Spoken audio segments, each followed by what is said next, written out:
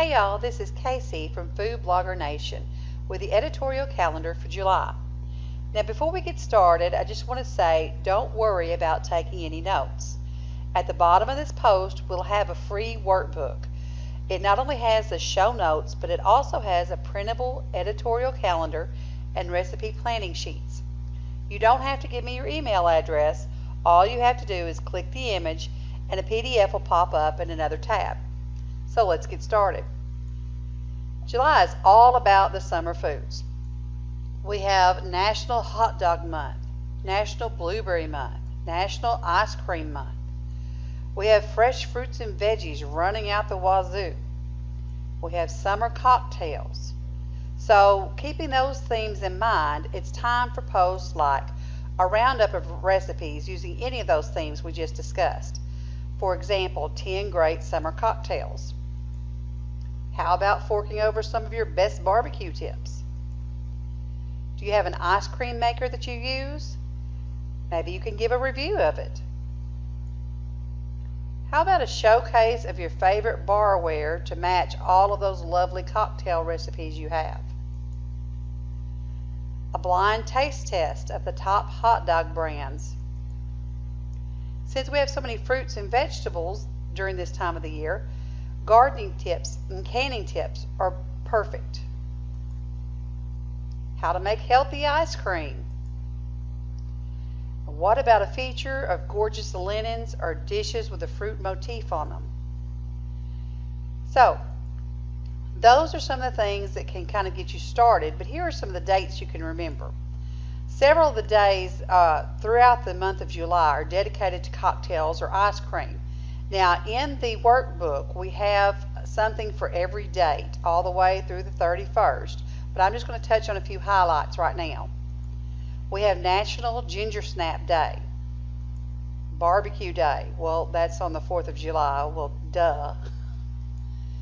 We have Fried Chicken Day, National Blueberry Muffin Day, Creme Brulee Day. That's one of my favorite desserts. National Hot Dog Day. July 28th must be very special. We not only have National Milk Chocolate Day, but we also have National Hamburger Day. Yum, yum. National Lasagna Day and National Cheesecake Day rounds out the month. Now, those are some ideas that can get you started for July, but this is also the time that we need to be thinking ahead to one very big topic coming up. And I'm pretty sure you guys all know what that is. Yes, yes. Back to school. It's fast approaching. Now, when school starts next month, parents will not only be looking for things to buy for their kids, like school supplies and school clothes, but they'll also be looking for recipes. In the morning, they'll need some quick breakfast ideas that the kids will love that'll help them get out the door very fast. After school, they've been sitting in class all day, and during the summer months, they're able to eat whenever they're hungry. Well, they can't do that during class. So a lot of times, especially after school first begins, they are starving when they walk through the door. So a lot of parents are looking up great snack ideas for after school. Now, one of my favorite topics is lunch for the kids. When I was doing research for this, I found some very good keywords to target. One of them is school lunch ideas. So let's look at some of these keywords. One of the very first keyword phrases that I went to look for was kids lunch. And when I peeked in one of the ad groups, this is what I found. If you look at the second column, we've got average monthly searches. Almost 15,000, over 12,000, 4,400, 3,600, and in that third column you'll see that they're low competition keywords for the most part. One of the keyword phrases that I found interesting was school lunch ideas. If you'll look at the second column here, it's got 18,100 global searches.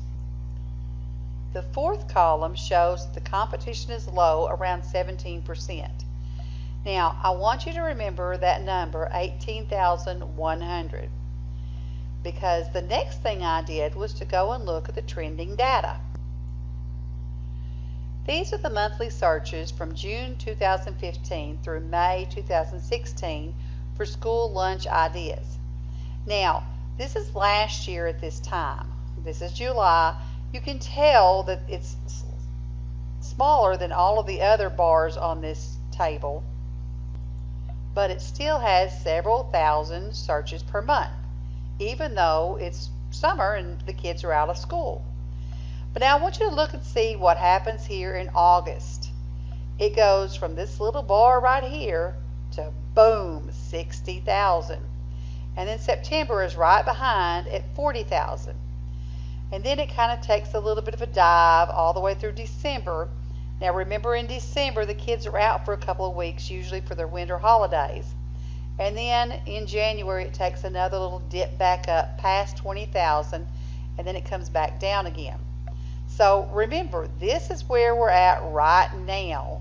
This is last year, but this is where we were at. And then we hit the big peak right here in August.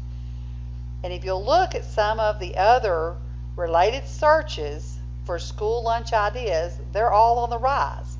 You've got healthy lunch ideas, it's up 250%. Lunch for kids, up 250%. Healthy lunch, up 200%.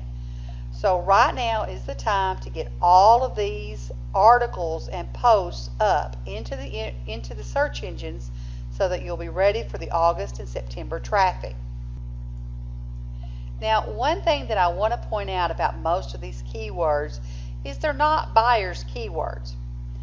Now, what do I mean by buyers' keywords? If you look at healthy lunch ideas, if someone searches for that and comes to your site, they're probably not really looking to buy anything. Now, if they happen to come through your site through a keyword phrase like buy lunch boxes, then they're actually looking to spend some money. So sometimes these non-buying keywords are just a little bit more tricky to monetize. A lot of food bloggers that I know use ads to monetize these types of posts. Ads aren't the only way to monetize though. Maybe you've got a recipe book that will tie in nicely to that post. Some bloggers do sponsored posts. Now, I don't do as many of them as I used to. I've found that a lot of them are just more trouble than they're worth. But still, I keep my eyes open, and if I find a nice sponsored post, then I'll take that job. Now, if you're doing a photo shoot with something you've bought from Amazon, this would be the perfect time to drop a link to that product using an affiliate link. Now, if you're like me and you live in a Nexus state, you can't be an Amazon affiliate. Instead, I use a company called Prosperant. So whenever I make a post, if I can find that product in Prosperant, maybe for an ingredient or for the bento boxes or what have you, then I'll use a Prosperant link. Another thing I do is I sell physical products from some of my websites and through FBA in Amazon. So if you happen to find something like this is an adorable little setup to take lunches to school with. And if you can find a supplier to buy some of these wholesale, then you can offer those on your website. Another way that I like to monetize is through POD products, and POD simply means print on demand. There are a few print on demand sites through the internet, but one of my favorites is Zazzle. Zazzle and other POD sites let people set up a shop, usually free of charge. And then they take their artwork or their photography and they put them on products for sale. When something sells, the company ships it and takes care of all the customers, and you get a small profit. Now, if you don't want to bother opening up a site or you don't have any artwork that would go along with your topic, you can affiliate through Zazzle. And you can see on this page there are several adorable lunch boxes. If you'll look over to the side, there's 79,018 to be exact. So these would be a cute little addition to any back to school posts. Another product they have are water bottles. Now I know that our first graders have water bottles they keep in their room at their desk. So this would be something cute, and a lot of these are personalized. I did a couple of products real quick just to show you. The school bus here, I've got, it says your name underneath it. And there's a place there on Zazzle where you can type in your name.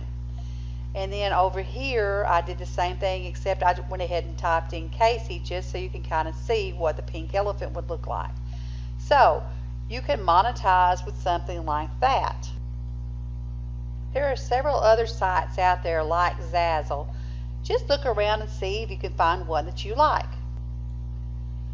Okay guys, that wraps it up. I hope you got some great ideas for July and the upcoming month of August. Now, in case you're looking at this video at someplace like YouTube and you want to see the workbook, you need to go to foodbloggernation.com. You'll click on Blogging 101 and you'll be looking for this icon. This is the Food Bloggers Editorial Guide for July. And at the bottom of that post will be the workbook that looks like this.